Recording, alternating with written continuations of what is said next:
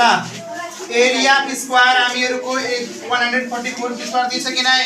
अनि perimeter of square equal to what निकाल्न के यसलाई अनि लेन्थ अफ स्क्वायर के गर्ने हो निकाल्ने हो बिना हाम्रो लेन्थ कोसको यो पेरिमिटर निकाल्न सक्छ हैन के भएर हामीले यो एरिया दिन्छ कि नै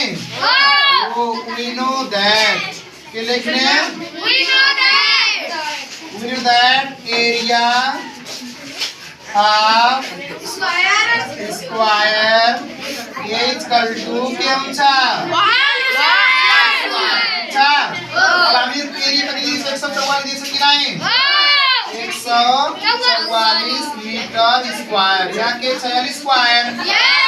अब यहाँ एल स्क्वायर छ भन्दाखेरि हामीले यो 144 ले केमा राख्ने रुटमा केमा राख्ने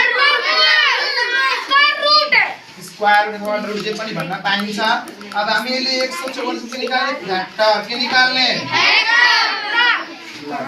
इसको आधा कति हुन्छ 72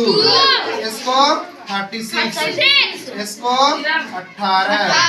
इसको 9 3 जा 9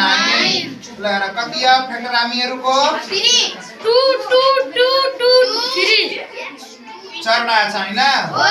अनि फेरि कतिवटा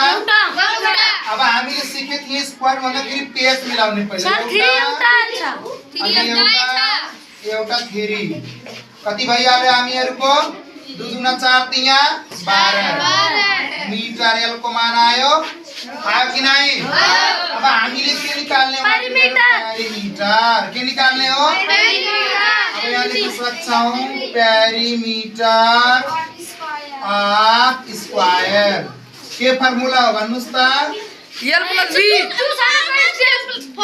4 एल के हो 4 एल रेक्टेंगल को के हो रेक्टेंगल को के हो